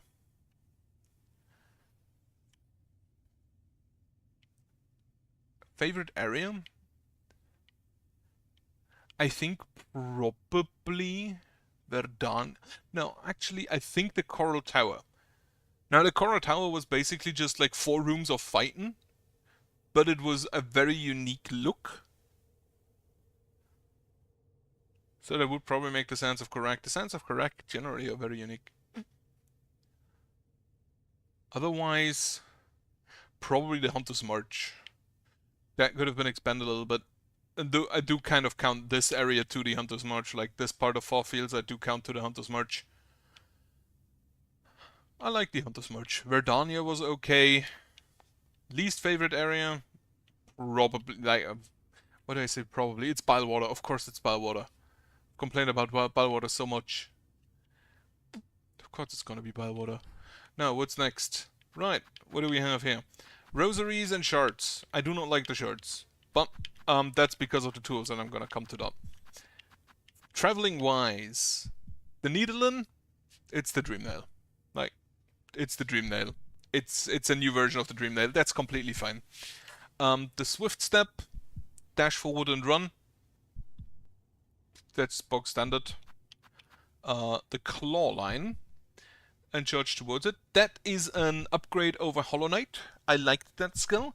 I wish it wouldn't cost Silk, because if you have a platforming challenge without enemies and you run out of Silk, you're just standing there and doing nothing until you recharge your Silk. The Silksong, when resting at a bench, yeah, that's just a quality of life thing. Silk Soar, that is an old travel thing. Like, that existed before Hollow Knight. That existed in the first game I remember where that was added was Castlevania Symphony of the Night, I believe. Where you had... No, was it Symphony where you had the high jump? No, it was another one. It was some Castlevania where you had a high jump, like that. Where you basically just push down, jump up, and then you stop when you reach the ceiling. So that's an old one. Honestly, I like this because it opens up a lot of areas you couldn't have gone to earlier, similar to what would be the C-dash in Hollow Knight, only upwards. Cling Grip, it's a wall climb. You have that everywhere. The double jump, again, also box standard. I wish if you jumped and you held to float, you wouldn't immediately double jump. Because that way you could have done a lot harder platforming sessions if you could actually control when you double jump and when you only float, so you can double jump at the lower end of the float again to go through basically like more extended needle sections. The map, yeah, map is basically the same as in Hollow Knight. I still like the map design here. So there was actually a video I watched which compared Silksong to Ender Magnolia, which are two of the extremes I feel like. Silksong is very immersive in that it doesn't show you anything you haven't been to, and it doesn't show you anything on the map except the pins, except the things you can actually interact with. Ender Magnolia, if you haven't seen it, shows you on the map every single room you can enter, shows you when you have found everything in that room, and that includes everything. Items, story, secret rooms, secret doors to other rooms. All of that is shown on the map, and then the map is split into parts, and every part shows itself separately when it's been completed. Which is very quality of life because you don't have to think about, is there a secret here? Do I still have to look for something? And in Silksong, unless you go through everything with just Ultra Instinct or something, you will miss something. And then you look it up. And if you need to look at a wiki, your game has failed. If your game requires someone to look at a wiki to 100% it, you have failed.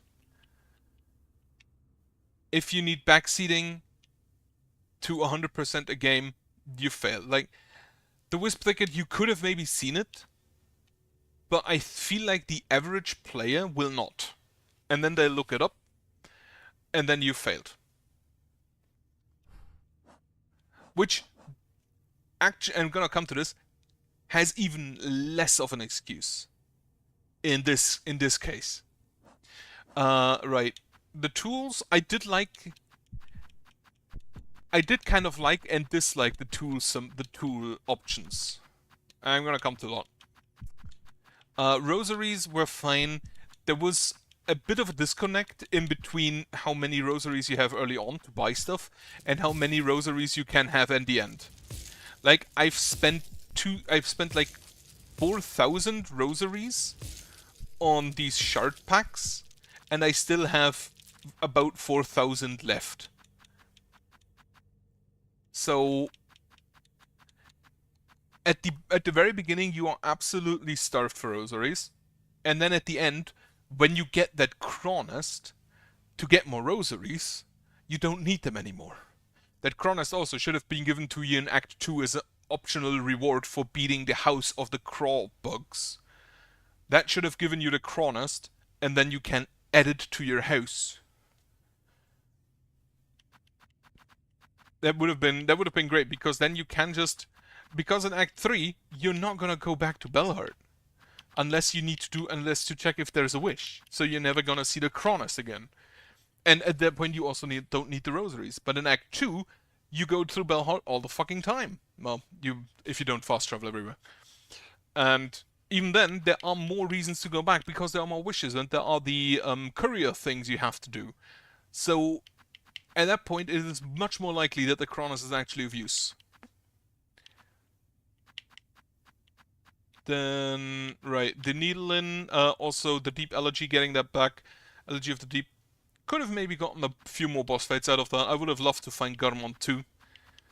To fight, like, Garmont in his prime. And not when he was consumed, that would have been great. Tools. Right, crest system. I generally like it. However, I don't know how many memory lockets I've missed. Like, I have 4 things I need to unlock still, and I don't know if there are enough memory lockets for it, in the game for it. So, if you don't know what all of the all the crests do, you have issues upgrading them because you're just gonna upgrade one and then use it, and then you get a new crest. But you're already used to the one you have. Like, most people I've heard are like the Wanderer crest or the Reaper crest, which, fun fact, are two of the earliest crests you get on a normal run. Because I got the Beast crest, but that's because I went through the Hunter's March, where everybody who saw it told me not to go through the Hunter's March because it's an asshole area. So the two crests you get early on are the two crests most people I've heard on the internet used. Because it's the one you get early, you get used to them, and then you don't switch.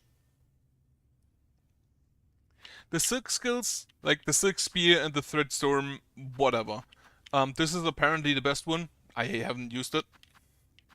I like the pale nails. I wish they worked more like the bugs, that they're actually homing and that they don't fly away after, that they actually stay around until they see an enemy that they can hit. The Rune Rage, probably not great against bosses. The parry, I should have probably not used it all the time, but I love parrying, so that's that. These tools, I'm gonna go with the red ones last. Then the blue tools, defensive area, defensive stuff, and it really feels like there is, like, why is that a defensive tool? Why is adding damage to your... Okay, it's not really defensive, it's more like traversal and then general. But yeah, most of these feel defensive in nature.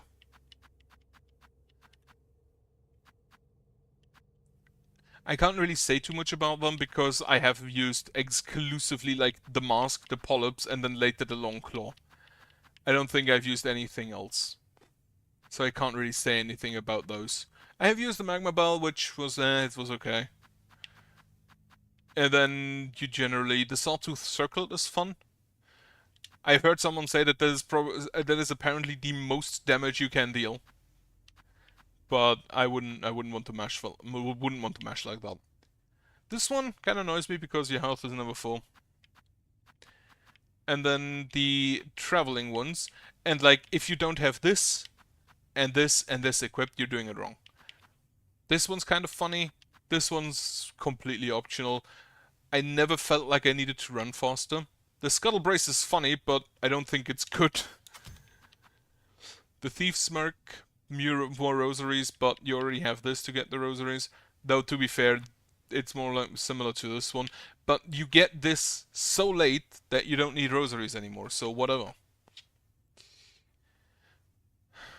And then, yeah, just increase damage, take an increased damage dealt, that's fine. Weighted belt for no, what would it be called?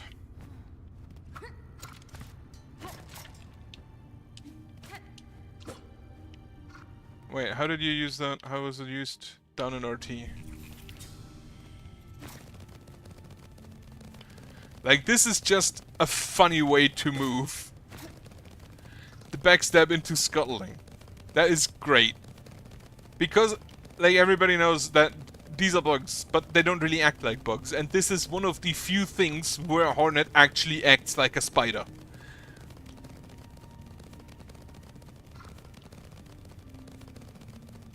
And I love it. Okay. Probably one of my favorite tools. Most likely completely useless in an actual situation, but fine. Now, these tools. The problem I have with these tools is that most of them are completely fucking useless because you have others that are better than it. And similarly to the crest, you get used to one and then you use it. Unless you find something that is just a straight up upgrade. For example, I've gotten the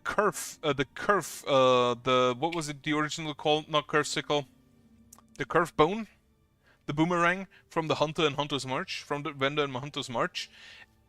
Never used anything else until I found the bugs, and then I just got rid of the 3-4 pin.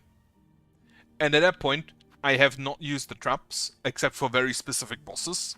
I have never used attacks. The long pin I tried and found it was completely fucking useless. The throwing rings I tried because it was from chakra, but at that point, like, this is an upgrade to this, which also has another upgrade in this. So, it's not that great. The Silk Shot, again, is basically just a straight pin. The cogwork wheel is kind of funny. The drill is kind of funny, but not really usable, I feel like. At least for me. The rosary cannon is the most funny tool of them, but it's also kind of completely useless. Because this damage that I have dealt by shooting 80 rosaries is approximately the same damage one curve sickle does. So you just go with one set that you like, and then you'll probably never switch again. Yeah, that was the tools. So last thing to talk about, the NPCs, which are not actually shown anywhere, which is kind of funny. There were a few more NPCs than in Hollow Knight, if I recall correctly. And there is exactly like 2 I can remember. Okay, 3. 3 is... So the first is the entire group of Snail Shamans because they just function as a group.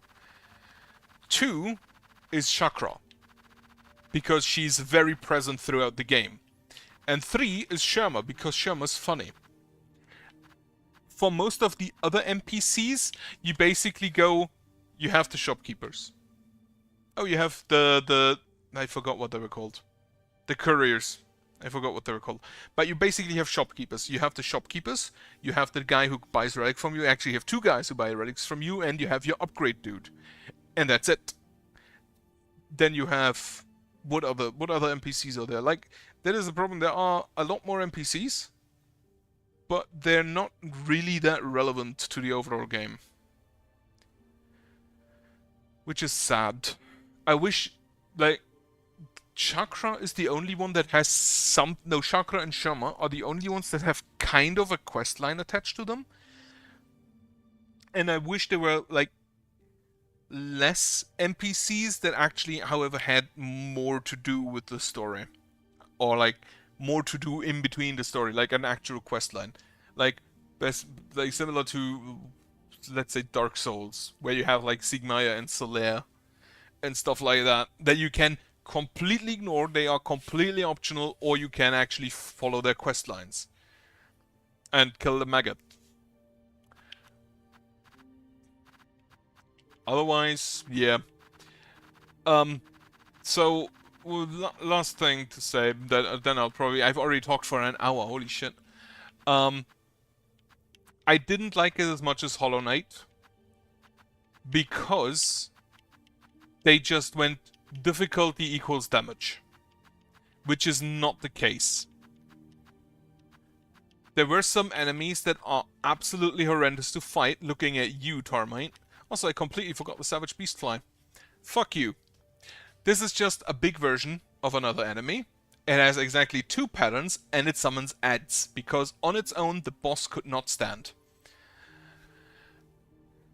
But yeah, they basically went damage equals difficulty, which is just straight up not the case.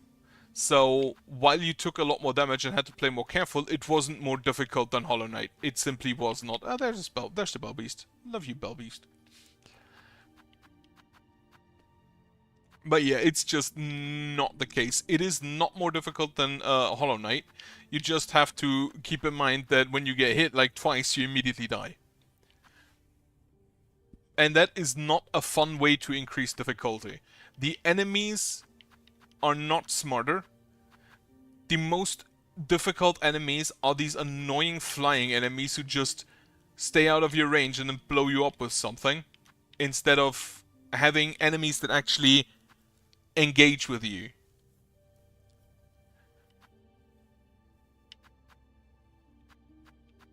Most of the enemies are fine, but like this dude, he just sits on you, and he's the only reason why he's any kind of dangerous is because he takes 2 hearts of you. That he takes 2 hearts. If he didn't do that, he would be an entire non-issue. Welcome back. You've missed about an hour of talking, which depends on how much you would have listened anyway. But yeah, it is not more difficult than Hollow Knight. It's just more damage. Oh, I also forgot this guy. Apparently you can just skip this boss fight, which is funny. Like, there were some enemies that... One thing I really disliked is that you can hit enemies and they just do not have knockback. So you hit them and then they hit you. Yeah, apparently you can just skip him by running to the left after triggering him and jumping over the lava. I'm gonna be honest, this was one of the better boss fights, because there is a unique way to defeat him by dropping a rock on him. The best enemies in the game, like this entire family here, the red ants, the scars, great. These are great fights because they have ranged attacks. They have, like, this dude has more attack patterns than some of the bosses. This is a normal enemy. He has 3 different attack patterns, which is more than the Savage Beastfly has, which is more than the Bell Beast has. This dude has 4 attack patterns. Does he have 4 attack patterns? He has the slash, he has the throw, he has the downwards. No, he also has 3. These guys are some of the best enemies, and if... Like, yeah. Honestly, these guys are great to fight. These 2, not as much. The mites were annoying. The snippers, the silk snippers here, the scissor wheeling bugs, they were kind of fun. This guy, yeah, is fine. Like, these 3 are also fine. And then these, they were there. Like, they existed. I just realized they have 6 arms. They have 8 arms. Huh. The crawbugs were okay. Fuck the roach dogs. Like, fuck everything in Sinner's Road and Balwater. Without exception. Well, then just be aware that this contains spoilers, because I've just finished. So... be aware of that. The splinterbugs? The splinterbugs for some reason only showed up like once. They show up in like 1 or 2 rooms. Most of the enemies in Shellwood are like whatever. They're there. Bellheart has 2 enemies. The Farlets are fine. Like, these just show up everywhere where no other enemy fit. The judges, honestly, also very fun to fight. Some of the better enemies. This entire family can go fuck itself. Like, especially these 2. Then these guys... okay, this is literally just I want Bug Samurai. This was literally just Bug Samurai.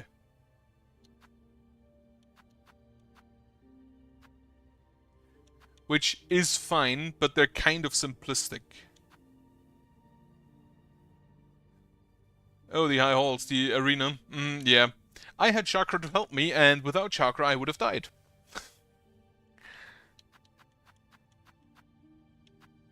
The Drape Lord, Drape Mite, Giant Drape Mites... they're fine. These 2, I absolutely did not like. She just showed up. I can't tell you. I had other people also say that this is really hell, and I'm just like, why didn't you ask Chakra? Because she just showed up. She just was there. I honestly cannot tell you why she was there. She just was. I think maybe you have to get enough maps of her. Maybe all of the maps because High Halls was the last area I went to. So maybe that's because she was there. I couldn't tell you.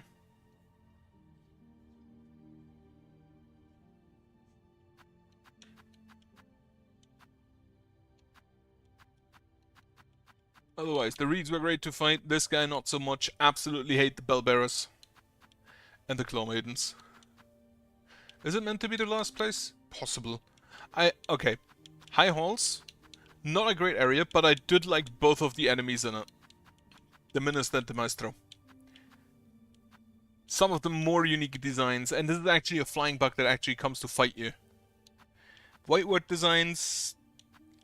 they're out there. I kinda like them because it's basically like body horror. This guy's a bit simplistic. Concord bugs, like there was exclusively this guy was an issue. Everything else was fine. And then the Wallkeeper. Actually, it's the first place if you go by this order. You should go to the Emeralds first, and then the Cock Core, and then the Vaults.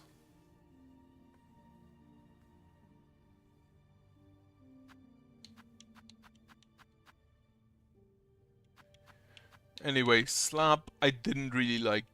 Like, they are intentionally shown as disgusting. So Hornet can be racist against them. Verdania was fine with the exception of like the space stack. Yeah. Absolutely hate these. These two.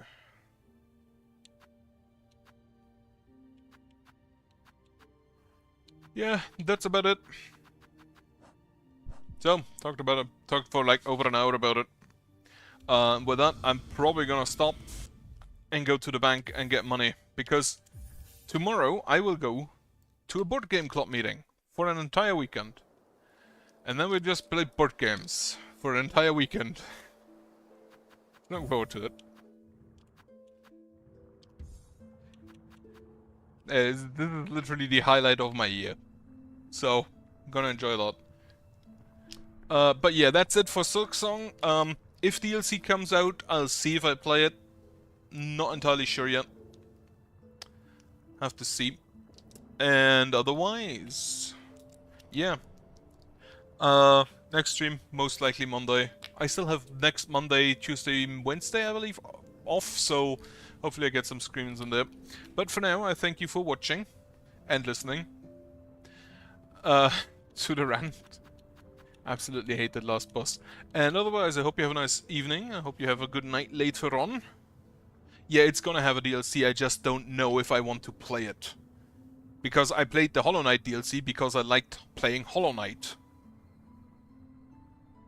I don't know if I like Silksong enough to play its DLC.